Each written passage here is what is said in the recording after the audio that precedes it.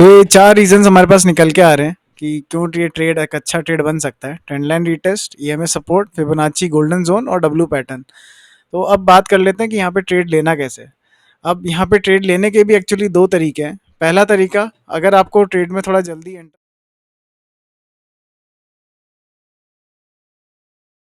Hi everyone, welcome to Traders Town and I hope you all are doing good. तो यहाँ पे एक swing trade opportunity generate होती हुई दिख रही है हिंदुस्तान जिंक में। तो जल्दी से इसका एनालिसिस यहाँ पे स्टार्ट करते हैं। तो एक बार मंथली से अगर यहाँ पे स्टार्ट करें तो हम यहाँ देख सकते हैं कि स्टॉक अप्रोक्सीमेटली 2017 से लेके 2024 ऑलमोस्ट 7 साल तक एक रेंज में ही चलता रहा। फाइनली उसने इसी साल अप्रैल में कहीं पे ब्रेकआउट दिया था एंड ऊपर जाके स्टॉक अपना एक हेल्दी करेक्शन लेते हुए यहाँ से मोस्ट लाइकली अपसाइड जाने को रेडी हो सकता है। तो उसका यहाँ पे एनालिसिस जल्दी से स्टार्ट करते हैं। एक बार वीकली में यहाँ पे आते हैं, देखते हैं कुछ चैनल या पैटर्न अगर बन रहा होता है तो पहले का एक चैनल यहाँ पे ज़रूर बन रहा है जो कि कुछ ऐसा सा होता था। अब यहाँ पे हम देख सकते हैं कि स्टॉक ने इस चैनल का ब्रेकआउट दिया, ऑलमोस्ट इसी एरिया में आके एक रीटेस्ट करके यहाँ से ऊपर जा सकता है। तो अब यहाँ पे कॉन्फ्लुएंसेस की बात कर लेते हैं। जिनको नहीं पता, कॉन्फ्लुएंसेस कुछ नहीं, बस रीजंस होते हैं जिनसे आप अपना ट्रेड लेते हैं। आपके पास जितने ज़्यादा रीजंस होंगे एक ट्रेड लेने के लिए, मीनिंग जितने ज़्यादा कॉन्फ्लुएंसेस बैठेंगे उतना एक्यूरेट आपका ट्रेड यहाँ पे माना जाता है। तो अब जल्दी से यहाँ पे कॉन्फ्लुएंसेस की बात करते हैं। जो रीटेस्ट थ्योरी होती है एक चैनल की, वो यही कहती है कि स्टॉक जब भी कोई ब्रेकआउट यहाँ से मान लीजिए देता है, उसके बाद ये जो ट्रेंड लाइन जहाँ से इसने ब्रेकआउट दिया है वहाँ पे रीटेस्ट करने आता है एंड मोस्ट लाइकली यहाँ से अपना अपवर्ड मोमेंटम फिर से कंटिन्यू करता है।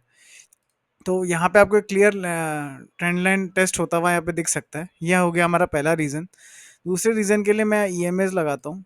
अगर हम 50 ईएमए की से बात करते हैं तो यहाँ पे आप देख सकते हैं कि 50 ईएमए का भी सपोर्ट वीकली में यहाँ पे बन रहा है, जो कि एक काफ़ी स्ट्रॉन्ग सपोर्ट यहाँ पे माना जाता है। एंड अगर आपको मैं डेली टाइम फ्रेम में भी आके दिखाऊं तो आप देख सकते हैं कि अगर मैं 200 ईएमए करता हूँ तो 200 ईएमए से भी हमको यहाँ पे सपोर्ट मिलता हुआ दिख रहा है। ये हो गया हमारा एक अच्छा दूसरा रीज़न। तीसरे रीजंस के लिए मैं यहाँ पे फिबोनाची टूल का यूज़ करूँगा।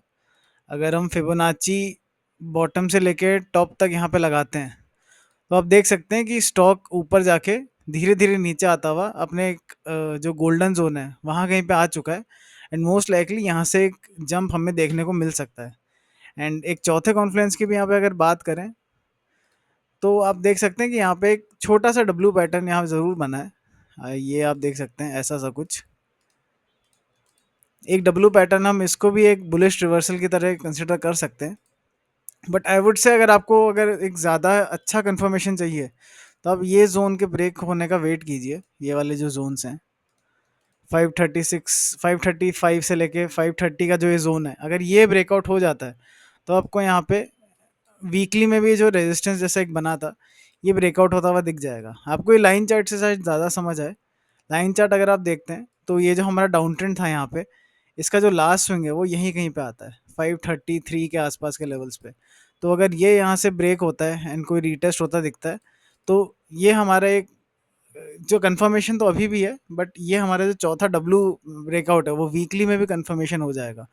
तो इसके बाद तो इसकी मतलब ये वाला जो ब्रेकआउट है इसके होने के बाद इस ट्रेड की प्रोबेबिलिटी ऑफ सक्सेस और ज़्यादा बढ़ जाएगी।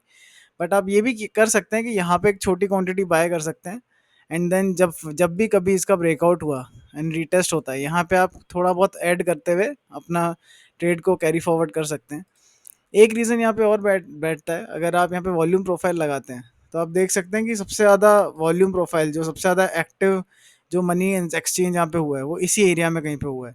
तो अगर ये स्टॉक ऊपर जाता है एंड बेयर्स इसको नीचे चलाने का ट्राई करते हैं तो ये एरिया से नीचे लाना काफ़ी टफ होगा, बिकॉज आप देख चुके हैं यहाँ पे 200 ईएमए भी आके बैठती है, यहाँ पे 50 ईएमए वीकली भी है, वॉल्यूम प्रोफाइल भी अच्छा है, ट्रेंड लाइन रीटेस्ट भी है। तो काफ़ी अच्छे रीजंस हैं इसको एज अ बुलिश ट्रेड लेने के लिए।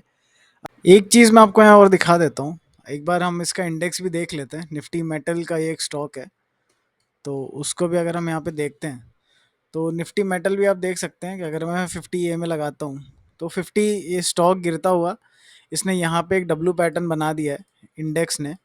तो जो इंडेक्स का एक कॉन्स्टिट्यूटेंट है हिंदुस्तान जिंक, इसकी प्रोबेबिलिटी भी ऊपर जाने की काफ़ी इंक्रीज हो जाती है, बिकॉज हमारा मेटल ही यहाँ पे बुलिश साइंस, निफ्टी मेटल ही यहाँ पे बुलिश साइंस दिखा रहा है। तो ये 4 रीजंस हमारे पास निकल के आ रहे हैं कि क्यों ये ट्रेड एक अच्छा ट्रेड बन सकता है। Trend line retest, EMA support, Fibonacci golden zone और डब्ल्यू पैटर्न। तो अब बात कर लेते हैं कि यहाँ पे ट्रेड लेना कैसे है। अब यहाँ पे ट्रेड लेने के भी एक्चुअली दो तरीके हैं। पहला तरीका, अगर आपको ट्रेड में थोड़ा जल्दी एंटर करना है जिससे आपका स्टॉप लॉस थोड़ा कम हो, तो आप यहाँ कहीं पे अपना ट्रेड में घुस सकते हैं। एंड जो आपका स्टॉप लॉस रहेगा वो ये जो स्विंग है इसके थोड़ा सा नीचे है, मतलब एकदम जस्ट चिपका के नहीं रखना चाहिए, स्टॉप लॉस हंटिंग की प्रोबेबिलिटी यहाँ पे बढ़ जाती है। तो आपको अप्रोक्सीमेटली 465 के आसपास यहाँ के भी हम अपना स्टॉप लॉस रख सकते हैं। एंड टारगेट के लिए हम स्विंग्स की हेल्प से यहाँ पे टारगेट सेट कर सकते हैं। तो पहला टारगेट तो कहीं पे 650 के आसपास यहाँ पे निकल के आता है।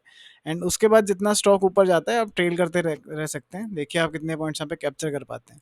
अब अगर आपको यहाँ पे प्रोबेबिलिटी अपनी इंक्रीज करानी है तो आप थोड़ा सा पेशेंट होके इस चीज़ का होने का वेट कर सकते हैं।